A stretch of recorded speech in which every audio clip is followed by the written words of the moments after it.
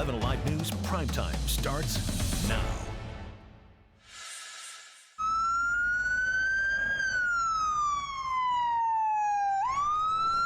Tonight, we begin this Sunday with the latest on a horrific national tragedy. 5 people were killed, 25 others were hurt, a shooting rampage overnight at a gay Colorado Springs nightclub. This was at Club Q in southern Colorado. A suspect was taken into custody and is being treated. Tonight, we're learning more about those who helped end the very latest American mass shooting. There is much we are still waiting to learn about this tragic incident.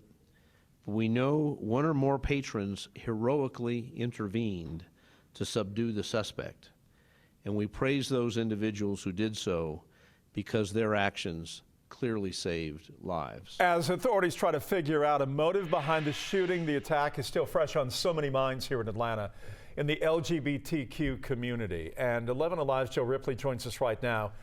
How's everybody processing this? I mean, this is such a horrific, just here we go again kind of story. Yeah, it's exactly that, Jeff. And you get a gamut of emotions when you talk about this, from anger to heartbrokenness to shock, really, just stunned at the latest mass shooting.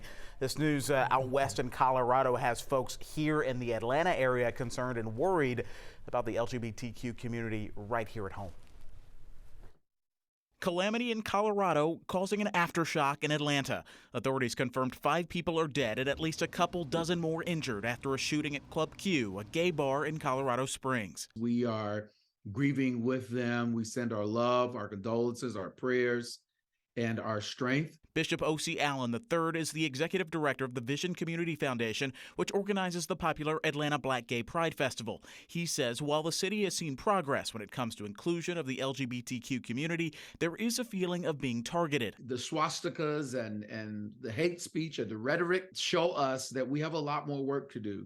Over the summer, Atlanta police arrested a man they say drew swastikas and other hate speech on the iconic Rainbow Crosswalk at 10th and Piedmont. The site vandalized twice in 1 week.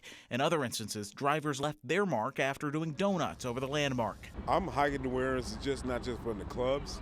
I'm hiking awareness every day. Every day I get in my car. Raymond Nelson says he usually feels safe when out and about at LGBTQ-owned bars and clubs, but some shops in Midtown have ramped up security in recent months, especially when it gets busy during the weekend.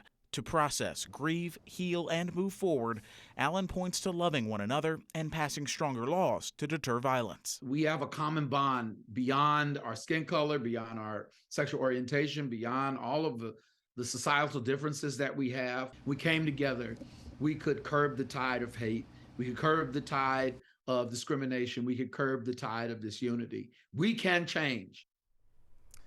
Some positivity there from Allen. He says everyone can help by simply just loving, accepting, and supporting our friends and family who were gay. As for the LGBTQ community here in Atlanta, one business owner I spoke with tonight, he's warning other businesses to get security measures in place now, so if violence does strike here, it won't be too late. All of this happening on the annual Transgender Day of Remembrance, which honors the memory of transgender people whose lives were lost in acts of anti-transgender violence. We will hear from the founder of this day within the LGBTQ community tonight after Sunday Night Football over on 11 Alive. It is a cold night across North Georgia. We are looking at much clearer conditions, or at least clearing conditions, and that will really help temperatures fall through the overnight hours. We're already at 36 degrees in Atlanta. Winds, thankfully, are a little calmer than they were throughout the afternoon, but they're out of the north-northwest at about 6 miles per hour, which makes it feel like 31. That's 5 degrees below our actual air temperature. Quite a few spots already below freezing. In Marietta at 31, Carrollton at 26, Canton at 31 as well, and then Covington hovering right around that 32 degree mark. As we go through the overnight hours, we'll continue to watch that cloud cover. clear out, move down towards the southeast. That bodes well for our forecast tomorrow. It does include a lot of sunshine, but in the meantime, it's going to be a cold night. We'll fall another few degrees by the time the sun rises tomorrow. We'll get down to 30 in Atlanta with mainly 20s across the area. So temperatures tomorrow morning are going to be a little colder than where they were this morning, but those low temperatures climb above freezing by Tuesday. We're going to kick off a gradual warming pattern into this week. We'll also introduce the possibility for some Thanksgiving rainfall. I'll have all those details coming up. All new tonight, a traffic stop led to a chase and a shootout this afternoon between a Paulding County deputy and a suspect. Take a look at the video we received from a viewer showing deputies with their guns drawn approaching a stalled out truck. This was at the end of a chase at West Memorial Drive in Dallas, just down the road from Wellstar Paulding Hospital. We're told this began at the intersection of Mackland Road and Bobo Road, that is in Dallas.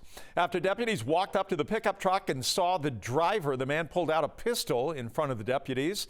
That's when the sheriff's office says shots were first fired, then the driver took off.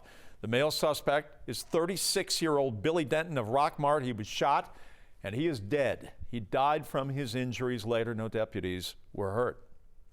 3 people involved in a crash on I-20 this morning were hit by another car, leaving 1 dead and 2 others in critical condition. The crash occurred in the eastbound lanes of the interstate at the interchange with Turner Hill Road. It started as a crash, but then several of the people involved, they were standing outside of their vehicles. That's when they were hit by another car. DeKalb police say when officers arrived, there were victims on both sides of the interstate. There was a 21-year-old man who was dead. 2 women, one in her 20s, another in her 40s, were taken to the hospital in serious to critical condition. An arrest has been made tied to an overnight shooting in Midtown that left 2 people dead. The call came just after 2 this morning to the Spectrum on Spring Apartments in the 1200 block of Spring Street Northwest. The 2 unidentified victims had multiple gunshots to their upper and lower torsos, and they were already dead when police arrived. Late tonight, APD announced that they have arrested a suspect identified as Philip Mills and charged him with 2 counts of murder and aggravated assault. Atlanta Fire and Rescue at the scene earlier today of a house fire on North Avenue Northwest, just south of Donald Lee Holloway Parkway. We were told this started in a bedroom as the result of a space heater being left on. The temperature's now below freezing across North Georgia. Atlanta Fire Rescue saying this ought to serve as a reminder about how to properly use a space heater. Most definitely see a lot of this in the wintertime now. So the thing that we want everybody to be mindful of is just when you do leave space heaters, they need space. And definitely when you aren't there and they're unattended, make sure that those heaters are turned off when you leave a residence. There were those inside the home at the time, but they were able to get out and nobody was hurt. That's the good news. The Red Cross and the local church now are helping the family who lived in that home.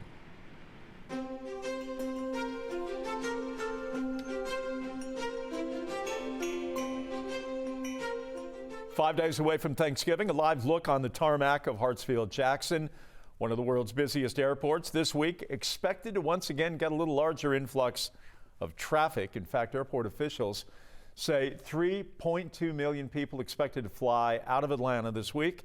Our Karis Belger caught up with a few of those travelers to learn how they plan to make their flights this year.